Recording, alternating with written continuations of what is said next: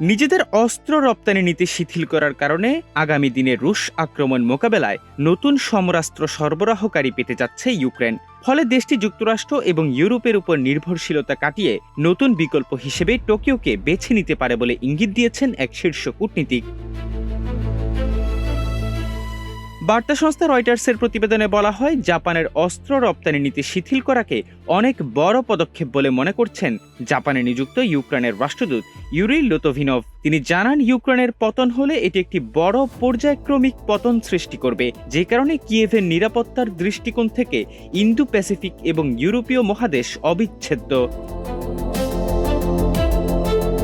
জীবন অবাক না করলে কে করবে? 28% মিল্ক ফ্যাটের অবাক করার সাথে ফ্রেশ মিল্ক পাউডার। জীবন অবাক করুক প্রতিদিন। জাপানি সামরিক সরঞ্জাম প্রত্যাশী অন্যান্য দেশের মতো ইউক্রেনকেও টোকিওর সঙ্গে একটি প্রতিরক্ষা সরঞ্জাম ও প্রযুক্তি হস্তান্তর চুক্তি করতে হবে। জাপান এরই মধ্যে জার্মানি, অস্ট্রেলিয়া, ফিলিপাইন এবং ভিয়েতনাম সহ 18টি দেশের সঙ্গে এই ধরনের চুক্তি করেছে।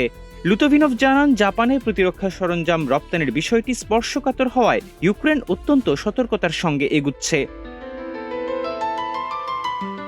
তিনি আরও বলেন, আরও জরুরি বিষয় হিসেবে টোকিও কিয়েভকে একটি বিমান প্রতিরক্ষা ব্যবস্থা তৈরিতে অর্থায়ন করে সাহায্য করতে পারে, যা মার্কিন নির্মিত প্যাট্রিয়ট মিসাইলের উপর তাদের নির্ভরতা কমিয়ে দেবে, কারণ বর্তমানে এই মিসাইলের সরবরাহ কমে আসছে।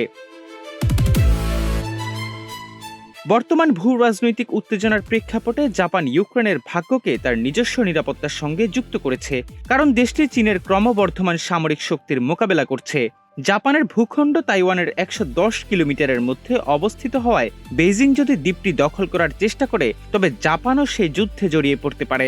2022 সালে রাশিয়া যখন ইউক্রেনের বিরুদ্ধে যুদ্ধ শুরু করে, জাপানের তৎকালীন প্রধানমন্ত্রী ফুমিও কিশিদা সতর্ক করে বলেছিলেন, আজকের ইউক্রেন কালকের পূর্ব এশিয়া হতে পারে।